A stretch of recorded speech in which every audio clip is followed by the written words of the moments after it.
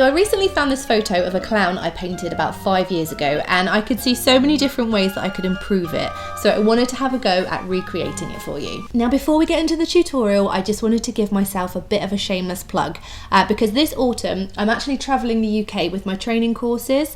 If you want to come and take one of the classes, then all the information you need is on my website, which will be linked down in the description box. Okay, moving on. So to start, take some Paradise white paint and cover the face, and make sure it's really messy, really patchy. It all adds to the effect. On the high points of the face, add a little bit more paint so that it really stands out and highlights those areas. Then mix some brown and some grey together, and still using a sponge, contour around the outside edges of the face. Next I used brown to outline the shape of the mouth. I didn't really need to do this at this point. I could have done it later on, because now it just looks like I've got a brown goatee, but never mind, I've made it work.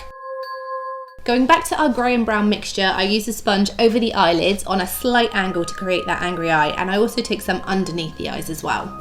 Paint a solid line through the eyebrow and then use a fluffy brush to blend the colour down.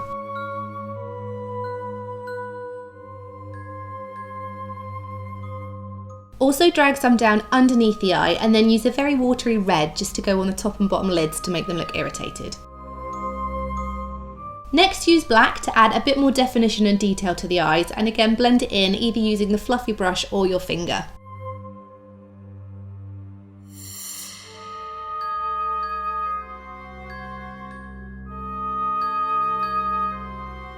Add in some wrinkles and some creases.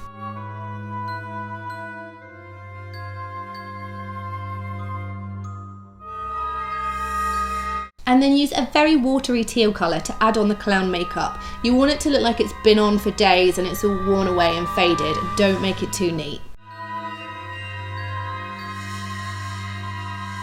Use a pale grey to define the features even more. Add some lines on the forehead and hollow out the cheekbones.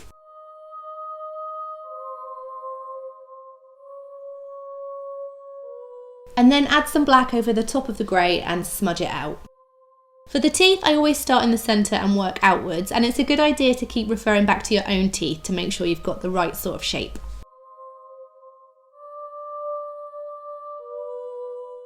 You need to try and make the teeth on the outside edges a bit smaller, and that helps give the illusion that they're curving round.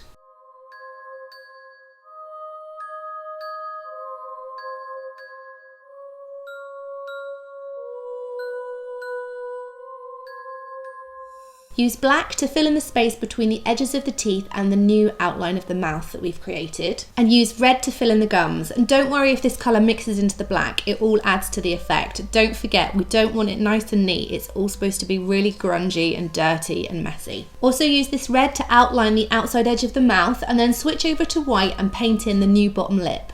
Use the white to fill in each of the teeth, and again, don't worry about this being perfect. You don't have to get it right up to the edges and fill in every little gap. It's not about neatness.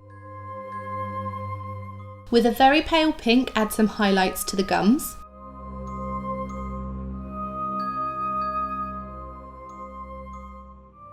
And then use yellow and brown to stain and shadow the teeth.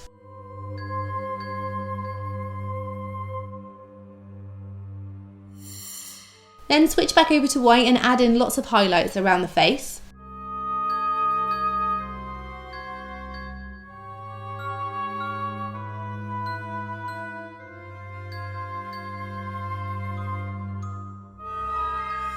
I used some grey to paint a line connecting the nose down to the mouth, but I do rub it out later because I don't like it.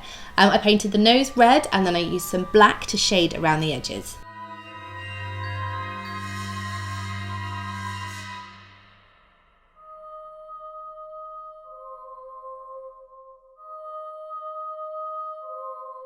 I go back in with even more highlighting and even more shading.